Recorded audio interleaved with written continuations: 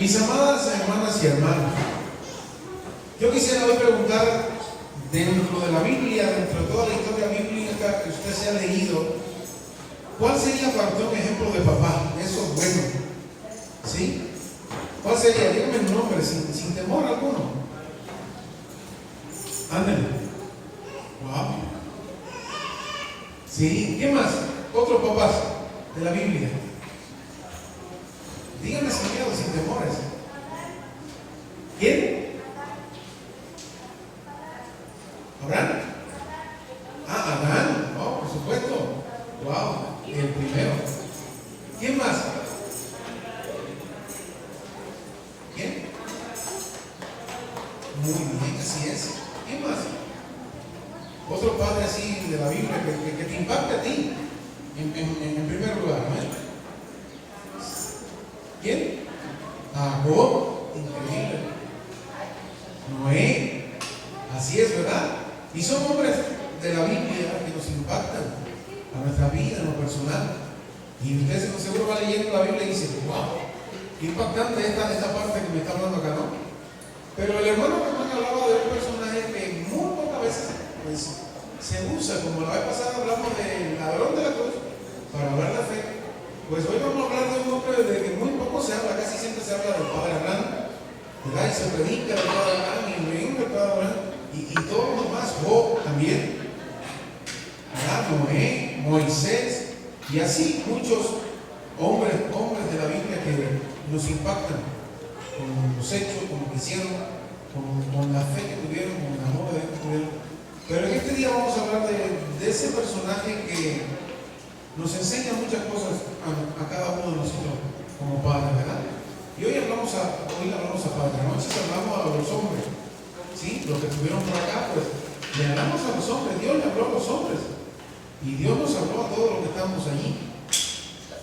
Pero hoy queremos que Dios le hable a los papás, ¿sí? Vamos a buscar allí Marcos capítulo 5, mis hermanos. Marcos capítulo 5. Y vamos a estar leyendo del versículo 22 al 24 y de ahí un saltito hasta el 35 al 43 para culminar la historia. Pues en medio de esto que estaba sucediendo, mi amado, pues hay una historia colateral que es la historia de la mujer con el flujo de sangre. Pero hoy vamos a interesarnos en lo que sucedió con Jairo. Amén. Hoy vamos a dejar ahí la mujer del flujo de sangre para después, para otro día, ¿sí? Ya lo tenemos por allí, la palabra del Señor. Dice la palabra del Señor del 22 día al 24, ¿verdad? Dice, voy a leer el 21.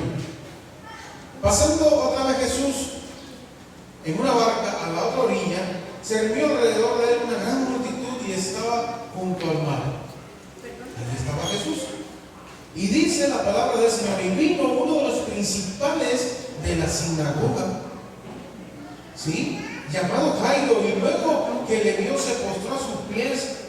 Dice la palabra que le rogaba mucho, dice la palabra del Señor, diciendo, mi hija está agonizando, ven y pon las manos sobre ella para que sea salva y vivirá. Fue pues con él, dice la palabra, y le seguía una gran multitud y le apretaba. Vamos a saltar. Ahí saltamos al 35, ¿verdad? Al 35, así es. Saltamos al 35 y nos dice la palabra del Señor. Mientras él aún hablaba, vinieron, donde estaba Jairo y el Señor, vinieron de casa del principal de la sinagoga diciendo, tu hija ha muerto. Recordemos que hubo una pausa, el Señor Jesús atendiendo a la viuda del flujo de sangre, es decir, la mujer del flujo de sangre, ¿no? Entonces, pues viene alguien de la casa y le dice, tu hija ha muerto, ¿para qué molestas al maestro? Pero Jesús, luego que oyó lo que se decía, dijo al principal de la sinagoga, no temas, cree solamente. Y no permitió que le siguiese nadie sino Pedro, Jacobo y Juan, el hermano de Jacobo. Y vino a casa del principal de la sinagoga y vio el alboroto y a los que lloraban y lamentaban mucho. Y entrando les dijo, ¿por qué alborotáis y lloráis? la niña no está muerta, sino duerme. Y se burlaron de él, dice la palabra, se burlaron de él. Mas él, echando fuera a todos, tomó al padre y a la madre de la niña y a los que estaban con él, y entró donde estaba la niña, dice la palabra del Señor. Y tomando la mano de la niña, dijo: Talita cumi, que traducido es: niña, a ti te digo, levántate. Y luego la niña se levantó y andaba, pues tenía 12 años, dice la palabra del Señor, y se espantaron grandemente. Imagínense, ¿verdad?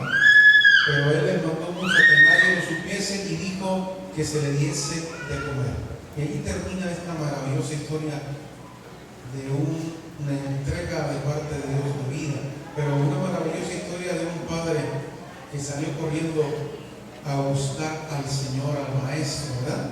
¿Cuál es la idea central, mis amados, en esta mañana? ¿Cuál es la idea central? Lo que necesitan nuestros hijos hoy, escuche bien, lo que necesitan nuestros hijos hoy no son padres perfectos. Y ayer hablábamos acerca de ese tema, los hombres. Dios no anda buscando hombres perfectos. Nunca lo ha hecho. Amén. Jesús se rodeó de un asesino, de un cobrador de impuestos, que era la lacra de la sociedad en aquel momento, y se rodeó de mucha gente. Y ninguno era perfecto. Y unos pescadores, ¿verdad? Dios, Padre, Jehová, los ejércitos, se rodeó de hombres de igual manera totalmente imperfectos. Entonces, Dios no anda buscando hombres perfectos. Nuestros hijos no necesitan padres perfectos, mis hermanos, sino padres que tengan la valentía, como este hombre Jairo, que nos enseña la palabra, que primeramente, antes que todo, amen a su familia, que busquen a Cristo en los momentos difíciles y que lleven a Cristo hasta su casa. Amén. Eso es lo que necesitan hoy nuestros hijos, mis amados. ¿Qué puedo decirles? Pues vivimos en una generación, mis amados hermanos, donde se habla mucho de los derechos de los hijos. No sé si usted se percata de eso. Ya hoy hay leyes que si usted le da un chancletazo a un muchacho, pues te busca su problema. Le das una chancla o un cintazo a un muchacho que se lo merezca en un centro comercial y te busca un lío. No sé acá en México qué tanto, pero en Estados Unidos es un problema, ¿eh? Y en otros países también. Le das un manotazo y no hay problema. ¿Sí? Entonces, se habla mucho hoy de los derechos de los hijos, pero poco a poco se habla de las responsabilidades de los padres, mis hermanos. ¿Sí? Nunca ha habido tantos avances tecnológicos y, sin embargo, tantas familias rotas también a la misma vez. ¿Cierto? Y es una lástima, es una pena, ¿eh? Todo esto que estamos hablando acá. Nunca hubo tantos medios de comunicación y al mismo tiempo tanta incomunicación dentro de los hogares, cristianos y no cristianos, en todos los hogares. Los hijos hoy tienen teléfonos inteligentes, pero muchas veces no tienen una conversación profunda con sus papás. ¿Amén? Y eso es muy importante, mis hermanos. La crisis más grande de nuestra sociedad, fíjense, no es económica para nada. La crisis más grande de nuestra sociedad no es ni económica, no es ni política, no es ni educativa. No. Es una crisis de paternidad lo que hay hoy, mis hermanos. ¿Sí? Una crisis de paternidad. Muchas cosas las que están pasando es por eso. Es cuando los padres abandonan esa responsabilidad, y cuando eso sucede, las familias sufren, mis hermanos. ¿Sí? Las familias sufren. Mi papá no me abandonó. ¿Sí? Mi papá simplemente pues se separó de mi mamá. Pero yo lo sentí, mis hermanos. Entonces, ¿cuánto más cuando un papá abandona a una familia, a sus hijos, a su esposa? Se siente muy fuerte, y eso es una crisis hoy muy, muy poderosa, mis hermanos. Cuando un padre también deja de ser el sacerdote espiritual de su hogar, la familia, ¿qué sucede? Pues sufre, se deteriora y puede ser que hasta sucumba y se destruya, mis hermanos. Por eso hoy quiero hablarles de este hombre llamado Jairo, que nos va a enseñar 3 verdades fundamentales a todos los padres aquí en este día. ¿Quiere que le hable de él? Pues le digo, Jairo no era un profeta, Jairo no era un apóstol, Jairo no era un rey, Era simplemente, pues mis amados hermanos, un padre que estaba desesperado por salvar a su hija. Así de simple. No era nada de eso que les dije. Sí era un principal de la sinagoga, sí tenía algún que otro posición social. Pero ni era un profeta, ni era un apóstol, ni era un escriba, ni era un fariseo. Nada de eso. No era rey. Era un hombre que simplemente desesperado estaba ansioso por salvar a su hija. Y en él encontramos esas tres verdades o características, como usted le quiera llamar, que hoy necesitamos urgentemente recuperar, mis hermanos. ¿Sí? Simplemente.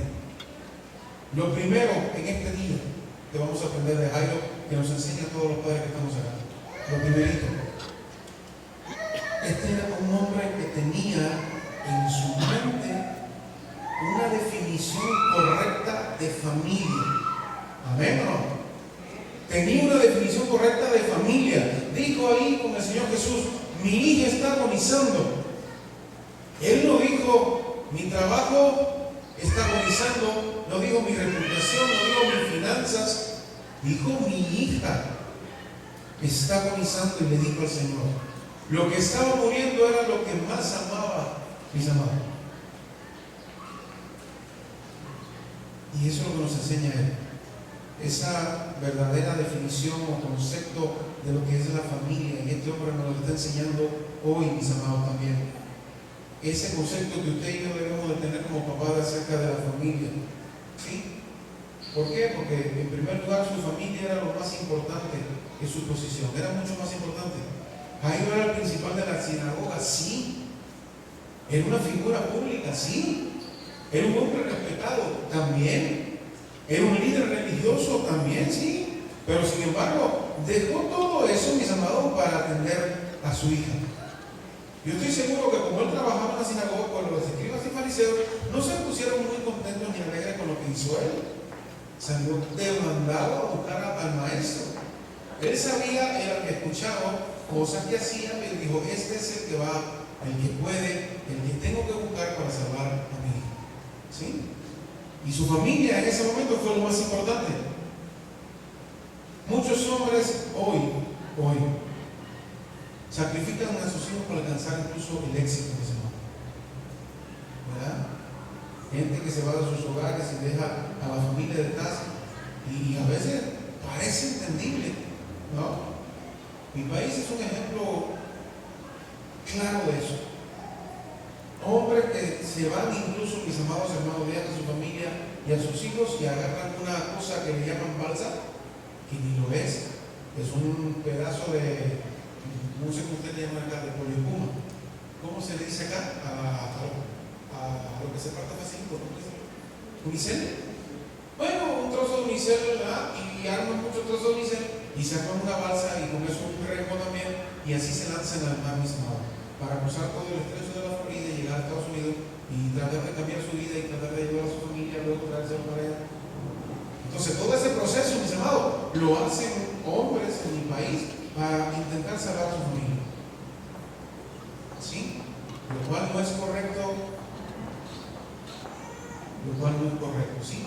¿Por qué? Porque muchos han fallecido, muchos se lo han comido los tiburones y nada más se enteran cuando quizás alguna imagen en noticia sale del resto del barquito en que se fue su papá, el resto del barquito en que se fue su esposo. En Cuba fue muy sonado la noticia de un pequeño que su mamá se lo llevó para tener una mejor vida. Su mamá se lo lleva y los tiburones se comieron a toda la tripulación. Y a este niñito, los salvaron los delfines, mis amados. A toda su familia él la vio morir en boca de tiburones. Imagino que él también estaba flotando sobre el mar. Pues se fueron en una balsa de esta de se rompió, se metieron en el agua y llenos de tiburones todos estos en la Florida, que se murieron. Y se lo comieron los tiburones delante de la vista de este niño. Entonces, mis amados hermanos, qué tremendo, qué tremendo. Entonces, muchos hombres hoy sacrifican a sus hijos para alcanzar el éxito. Jairo estuvo dispuesto a sacrificar su prestigio para salvar a su hija. ¿Qué nos enseña eso hoy? ¿Qué aplicación tiene eso para mí hoy como primera verdad? Pues mis amados hermanos, hay padres que conocen perfectamente sus negocios, ¿sí? Lo conocen muy bien, pero desconocen la lucha de sus hijos. En muchas ocasiones sucede eso. Estamos muy atentos acerca de los negocios, sabemos todo en cuanto al negocio que tenemos y que llevamos, ¿sí? Sustentamos a la familia y demás y demás, pero ¿qué tanto estamos atentos de lo que está sucediendo en el corazoncito de nuestros hijos? ¿Amén? ¿Qué sucede? ¿Qué ansias hay? ¿Qué anhelos tienen nuestros hijos? ¿Qué preocupaciones tienen nuestros hijos? ¿Qué lucha tienen nuestros hijos hoy? ¿Sí? Muchos papás conocen las estadísticas deportivas, pero no saben qué está pasando, como decía ahorita, en el corazón de sus hijos. Muchos conocen a sus clientes, pero desconocen a los amigos de sus hijos, que son también muy importantes en ocasiones. ¿Amén? Entonces, eso fue lo primero que vimos allí. Ahora, lo segundo, los padres deben vigilar las necesidades espirituales de sus hijos. ¿Amén o no? Hay que vigilar las necesidades espirituales de nuestros hijos. No solo la física, las espirituales también. La hija de Jairo estaba enferma físicamente. Nuestros hijos muchas veces están enfermos espiritualmente y no lo sabemos, pues es algo que casi no se ve hasta que se manifiesta, ¿verdad? No es lo mismo ver que, bueno, se dañó un pie, chocó con algo y se partió 2 dedos. Eso es algo que lo vemos rápido y lo atendemos. Pero, ¿qué hay con la cuestión emocional, espiritual de nuestros hijos? ¿Qué tanto están? ¿No? Nuestros hijos muchas veces están enfermos espiritualmente. ¿Con qué? Ahí voy, les explico. Hay veces están enfermos de ansiedad, mis hermanos. De ansiedad. Y la ansiedad lo hace o que coman más, o que coman menos, o que se vuelvan, no sé, se ponen muy ansiosos y preocupados y comienza a haber un gran problema, mis hermanos. Pueden estar enfermos de soledad. Papá trabajando, quizás mamá trabajando también, y están enfermos de soledad. A veces están enfermos de confusión. Están totalmente confundidos. ¿Qué es lo que sucede, mis amados? Hoy con muchos niños que ya no saben si, como la sociedad le está diciendo, tú naciste niño, pero puede ser que seas una niña. ¿Y cuánta confusión puede venir a su cabecita? Entonces, ¿yo qué soy? Y le dicen que el género es una construcción social. Dios mío, no, es biológico. Es biológico. Es como el chiste de que el médico le está diciendo a una mujer trans, le está diciendo, tienes un problema grande en la oreja. ¿Sí, no? Y no puede ser. Pues sí, tienes cáncer ahí. Y la mujer de todas formas, pues con su confusión social en su mente, pues no podría ser, porque supuestamente ya tenía ovario. Y el médico le dijo, no puede ser. Esto es lo que tienes una situación muy seria. ¿Sí? Porque era un hombre. Y tenía una situación seria en el órgano masculino. Y no quería creerlo y no quería aceptarlo. Y bueno, en el final, pues no lo sabemos, no sé qué pasaría. Pero es algo así, mis hermanos.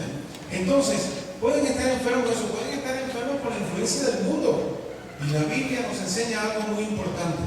Dice la palabra del Señor en Deuteronomio, capítulo 6, versículos 6 al 7.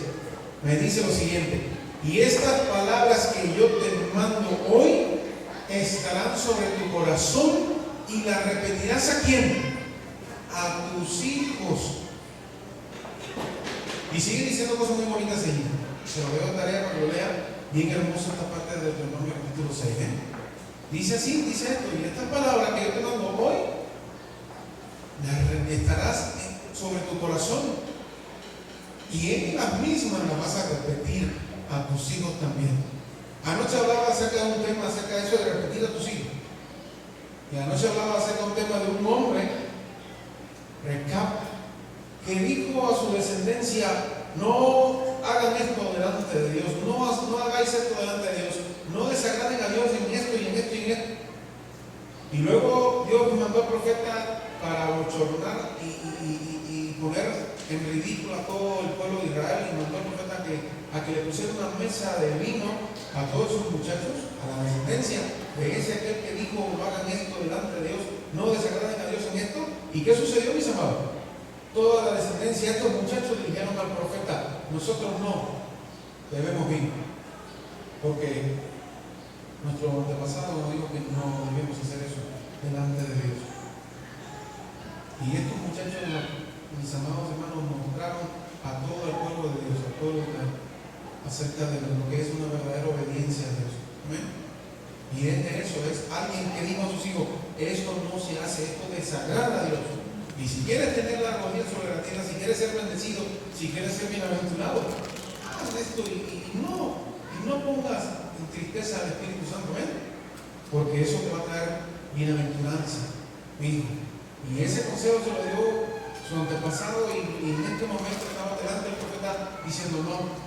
Imagínese, el profeta le está diciendo: siéntese acá, y vean y coman. Y ellos: no. Nuestro antepasado le dijo que no podíamos hacer eso delante de Dios. Así de simple, mis hermanos. Entonces, la repetiremos a nuestros hijos, y eso traerá mucha bendición a nuestra vida. ¿Sí? Eso no les evitará tener que hacer visitas el día de mañana a un reclusorio.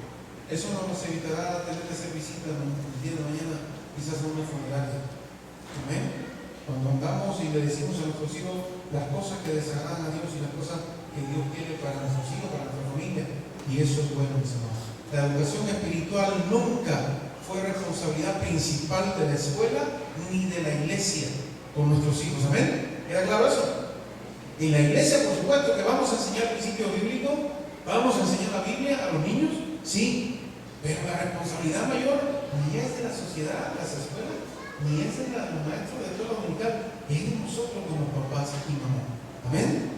Eso es fundamental, mis hermanos. Siempre fue responsabilidad de los padres, ¿sí? Siempre. Ayer sábado hablamos acerca de alguien que Dios le dijo: ven acá, ¿dónde estás? ¿Qué ha sucedido? ¿Qué ha pasado? ¿Verdad? Y es como Dios llama a Adán tras haber desobedecido. No llamó ni a la serpiente que había engañado a estos dos, no llamó ni a la mujer que había hecho que su esposo comiera del fruto prohibido. No. Llamó al hombre, al que él creó. ¿Entendemos eso?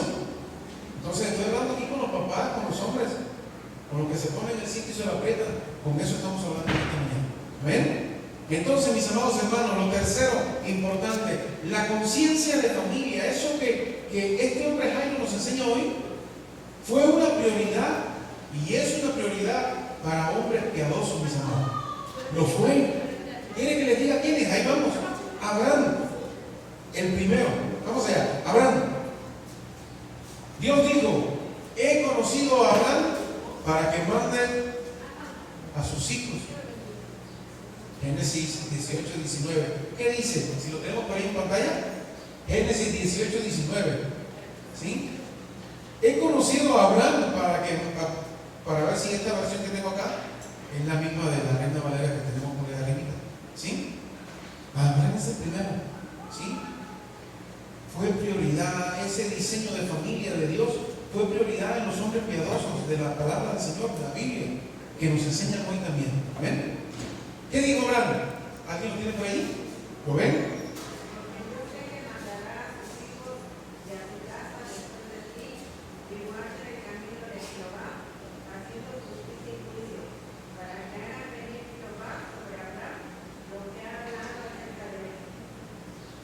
Ahí está. He conocido a Abraham para que mande a sus hijos, como dice la palabra del Señor. También Josué.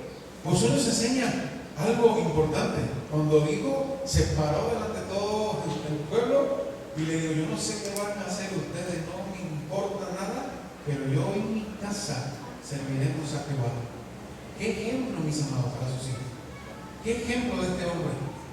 Vemos a Job también, ¿verdad? A Job dice: Job continuamente ofrecía sacrificios a Dios por sus hijos. Job 1:5, ahí está esa gran verdad. Ofrecía sacrificios continuamente por sus hijos. Siempre estaba al pendiente de las cuestiones de sus hijos, ¿sí? Entonces, ¿qué me enseña la Biblia? Porque los grandes hombres de Dios siempre tuvieron una definición muy clara, una conciencia muy clara acerca de lo que es la familia. Amén. Ahora, La segunda gran verdad en esta mañana acerca de Jairo. Pues Jairo fue un hombre que hoy nos enseña a dónde hay que ir en el momento de una crisis verdadera. ¿Verdad? A dónde hay que buscar, a dónde hay que rápidamente correr en medio de la crisis, mis amados. Ahí en el 5:22, cuando llegó la crisis, en Marcos 5:22 nos los enseña. Cuando llega la crisis, dice la palabra que Jairo corrió hacia Jesús. Jesús está en mi pueblo, espérate. Hay solución para mi hija enferma ahora mismo. Me imagino que se salió, no sé si en una oficina o algo, tiró la puerta y se salió corriendo. Y salió detrás de Cristo. ¿Sí? Y no le importó que se metiera en el medio de la mujer con el flujo de sangre. Él ahí se quedó esperando, vio el milagro que sucedió con el nuevo. Y ahí estaba él esperando al Señor, que el Señor iba a seguir con él hasta su casa. Amén. Fíjense cuántas cosas sucedieron, mis hermanos. ¿Sí? Hoy muchos corren hacia cualquier lugar, menos hacia Cristo, mis hermanos. La crisis revela dónde está nuestra confianza, mis amados. Es así. La prueba también revela dónde está nuestra confianza puesta. Amén. ¿Decimos amén o no? La crisis y las pruebas revelan dónde está puesta nuestra confianza. Algunos corren hacia el dinero, tengo un guardadito. Algunos corren a la política, otros a los vicios en su crisis y otros a la desesperación. ¿Verdad? En mi país no hay droga, bueno, y ahora sí en este momento sí. Pero por lo general lo que se escuchaba era: fulano se mató porque la mujer lo dejó. Menganito, pues esto pasó, sucedió. Y así pasaba. O fulano le dio candela a la mujer y a la amante de la mujer y así, ¿no? Crímenes pasionales y cosas así tremendísimas, porque en un momento de crisis corrían hacia el dinero, hacia la política, hacia el vicio, hacia la desesperación. Jairo corrió hacia quién? Hacia Jesús, ¿verdad? Jairo corrió hacia Jesús. ¿Por qué? Porque Jairo entendió que cuando los recursos humanos terminan, el poder de Dios comienza a trabajar. ¿Decimos amén? Amén. Cuando mi recurso humano ya no doy más, ya esto no funciona, ya esto no puedo, ya ahora hasta aquí llegué, ese es mi límite. Pues ahí es donde empieza entonces el poder de Dios a obrar. ¿Amén? Ahí es donde empieza el poder de Dios a trabajar. Salmo 121, y lo cantamos acá. ¿De dónde viene mi socorro? Mi socorro viene de Jehová. ¿Amén? Salmo 121, versículo 1 y 2. ¿De dónde vendrá mi socorro? Mi socorro viene de quién? De Jehová, mis amados. ¿Sí? Ahora, este hombre, la crisis definió dónde estaba su confianza. Pero lo segundo que me enseña a mí esta gran verdad de hoy es que se acercó a Dios no quejándose, no se acercó a Dios como lo enseña la palabra, con humildad, mis amados. En medio de la crisis, usted y yo también tenemos que acercarnos a Dios con plena humildad. Hombres, acá en esta mañana nos acercamos a Dios con humildad, amén. Con humildad. Dice la palabra que este hombre se lanza delante de Cristo y se postró a sus pies. Amén.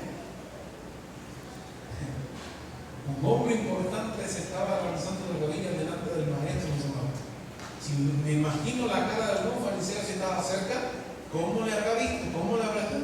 ¿Y qué hace haciendo eso? Delante de este loco que dice ser profeta, que dice ser el Mesías, ¿no? Imagínense eso, mis hermanos, la escena. El grandísimo de la sinagoga principal se lanza delante del maestro, mis hermanos.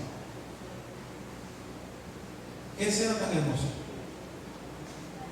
La verdadera grandeza de un padre, mis amados, no se mide por cuánto manda y ordena.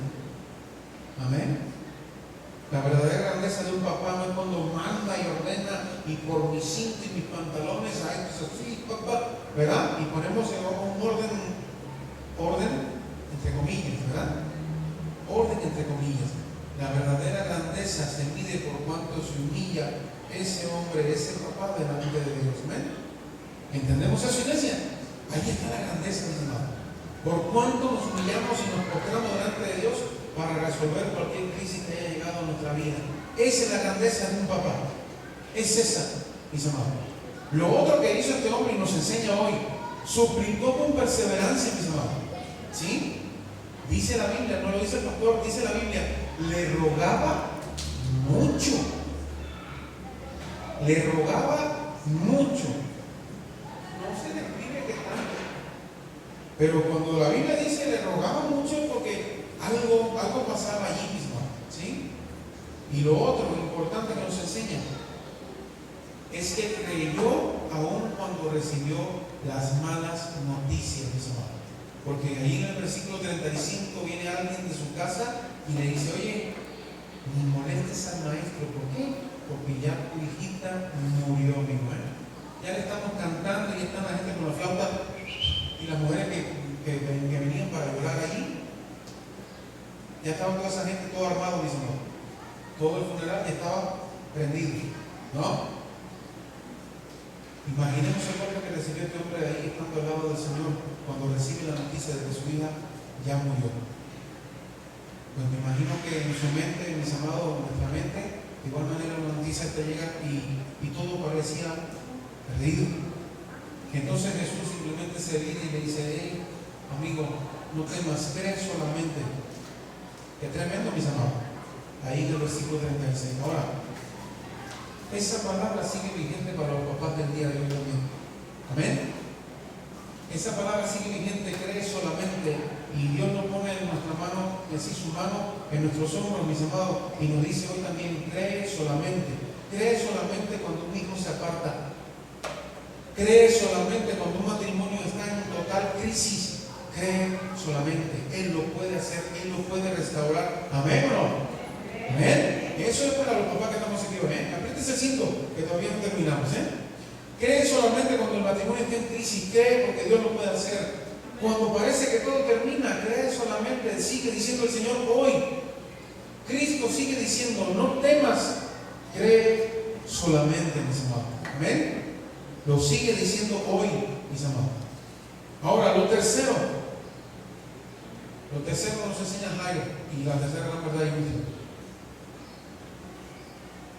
Jairo nos enseña de que él fue un hombre que tuvo la valentía de llevar al que decían que era el falso maestro, el falso Mesías, todo lo que decían de él, llevarlo hasta su casa, mis amados. Hoy también hay que tener pantalones para meter a Jesús en nuestros hogares, a que resuelva nuestros asuntos, mis amados. Amén. Hoy hay que tener todavía pantalones para decirle al Señor, venga acá porque ya yo no puedo. Ya la parte mía varonil, ya no puedo, ya aquí terminó, ahora necesito que me ayude, Señor. Hay que tener valentía para llevar a Cristo hasta tu hogar en una crisis, en un problema y en una situación. Amén. Hay que tener mucha valentía, mis hermanos, porque por lo general lo que sucede es que queremos hacerlo a nuestras ganas, a nuestra fuerza, ¿sí? Lo queremos hacer de esa manera, con lo que sabemos y ya me acepto como es aquí, o dos centavos o dos empleados y ya se resuelve. Cuidado, hay que tener la valentía que Jairo nos enseña de llevar, a pesar de todas las cosas, a Jesús hasta nuestro hogar, hasta nuestra casa, al problema del matrimonio, al problema de la familia. Hay que meter a Jesús ahí, mis amados. Jairo no fue solo a visitar a Jesús, Jairo se llevó a Jesús hasta su hogar, mis amados. Lo arrastró, lo llevó, lo esperó mientras hacía el milagro de la mujer de flujo de sangre y luego siguieron caminando, ¿verdad? Mis amados hermanos, ¿qué voy a decirles? Muchos papás hoy llevan muchas cosas equivocadas al hogar. A veces se lleva al hogar dinero sin amor. A veces se lleva al hogar autoridad sin ternura ninguna. A veces se lleva al hogar reglas sin ejemplos. A veces se lleva al hogar tecnología sin supervisión. Amén. A veces se lleva al hogar religión sin relación ninguna con Dios. Pura religión. Religión de domingo, religión de día de culto, hasta allí. Pura religión sin relación verdadera con Dios. Amén. Nos ven orando a nuestros hijos, nos ven resolviendo a los cristianos un problema en el hogar. Amén. Eso. Jairo llevó a Cristo a su hogar, mis hermanos. Ahora, ¿qué sucede? Mis amados hermanos de iglesia, hermanas también, porque hay hermanas acá que fungen también como papá y mamá, y eso es importante también, ¿eh? Cuando Cristo entra a un hogar, entra también la vida. Amén. Cuando Cristo entra a un hogar, cuando Cristo entra a un matrimonio, entra la vida, entra la solución, la restauración. Mis amados hermanos, entra la vida. Juan 10:10 nos dice lo siguiente: yo he venido para que tengan vida, y dice un poquito más adelante, la tengan ¿cómo? En abundancia, mis hermanos.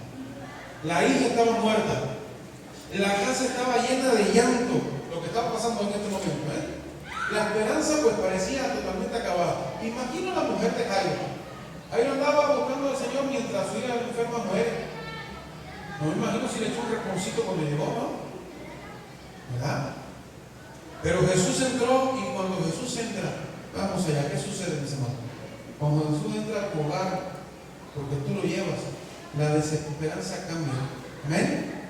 La desesperanza cambia, la tristeza cambia, la muerte cambia, y la familia cambia también. Amén. Cambia todo eso, mis amados. Ahora, vamos allá, vamos a la parte fuerte.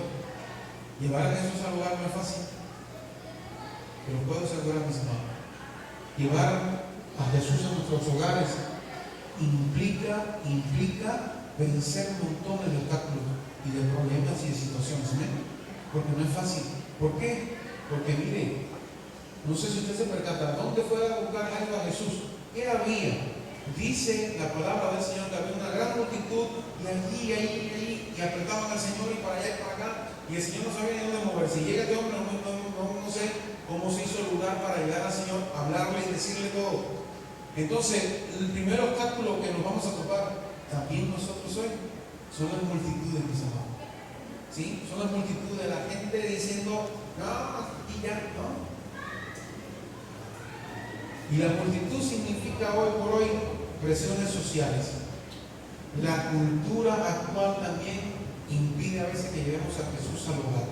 Las amistades equivocadas a veces impiden que llevemos a Jesús a nuestros hogares, hermano. Y lo metamos en una situación y metamos a Jesús en el problema. ¿Sí? Porque ya nosotros no podemos hacerlo más. Entonces, hay que meter al Señor en la situación, pero la multitud de hoy significa la presión social, la cultura actual, las amistades equivocadas son tremendas. Las redes sociales, mis amados, implican también que a veces nos impidan meter a Jesús en nuestros hogares y avanzar en cuanto a un problema. Las ideologías contrarias a Dios, y también, allí van, las ideologías contrarias a Dios, a veces impiden que metamos a Jesús en nuestro hogar y que se resuelva el problema, mis amados. Ahora, la multitud fue el primer factor que impide a veces que llevemos a Jesús al hogar. Ahora, lo segundo, las voces negativas. ¿Qué daño hace eso, mis amados? Llega uno de su casa y le dice, oye, no molestes más al maestro. ¿Qué importaba? No molestes más al maestro. Muchos papás escuchan hoy también esta frase, no sé si la han escuchado, y ojalá que no, ojalá que nunca la escuchen. En mi país sí se escucha esta frase, pero montones. Le dicen al papá o a la mamá, ya tu hijo no tiene remedio. ¿Verdad? Ya tu hijo no tiene remedio. Ya tu matrimonio no tiene solución. Para su mente finita y cara de coco no tiene solución, pero para el Rey del universo sí. Amén. Para el que creó todas las cosas sí hay solución, mis amados. Amén. Entonces, cuidado con las voces negativas. Ya tu hijo no tiene remedio. Ya tu matrimonio no tiene solución alguna. Ya es demasiado tarde. Pero entendemos usted y yo que somos cristianos y que conocemos muy bien a Cristo, que Cristo es el que tiene la última palabra. ¿Decimos amén? Cristo es el que tiene la última palabra. Ahora, lo último que impide que lleguemos a nuestro Señor, a meternos en el hogar, a meternos en la familia, en alguna situación nuestra, es el miedo, mis amados. ¿Sí? ¿Por qué le digo que el miedo? Pues Jairo tuvo que caminar desde el momento de la noticia hasta su casa. ¿Cómo tiene que haber ido ese corazón, mis amados? Ya le dijeron que había muerto, y aunque el Señor te haya dicho, no temas, crees solamente, ¿cómo iría ese corazón? ¿Sí?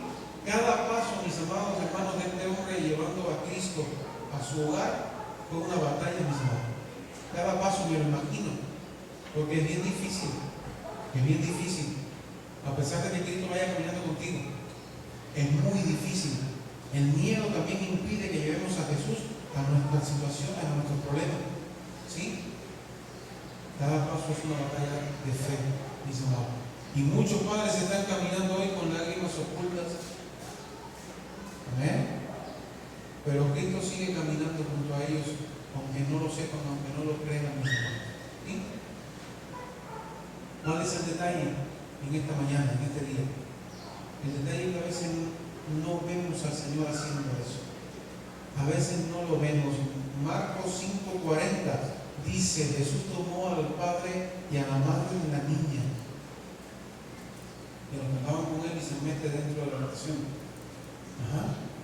A mí en lo personal me conmueve este detalle. ¿Por qué? Porque Jesús pudo haberlos dejado fuera, mis amados. Amén. Jesús pudo haberlos dejado fuera a los dos y haber entrado solo a la habitación de la niña. ¿Sí? Pero los hizo entrar.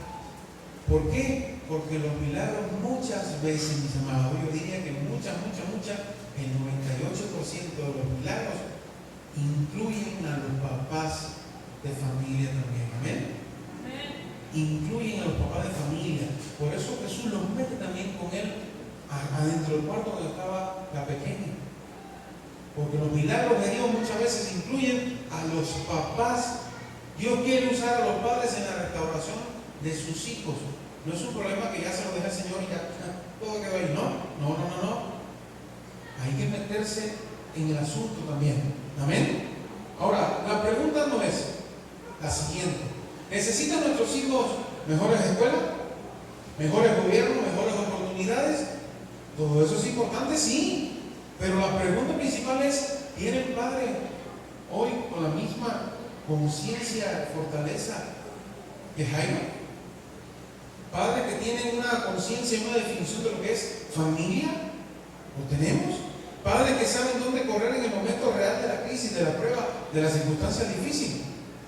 Padres que tienen el valor, el cinto, los pantalones de llevar a Jesús, a pesar de todo lo que vimos, multitud, voces negativas, miedo, y aún así llevar a Jesús al hogar y meterlo en el asunto y meterlo en la situación. Esa es la pregunta que tenemos que hacernos hoy. ¿Por qué le digo esto? Porque, mis amados hermanos, cuando un padre lleva a Cristo al hogar, aunque parezca que algo está muriendo, Jesús todavía puede decir hoy también: Talita cumi, a ti te digo, levántate. Amén. Aún hoy lo puede hacer, mis amados.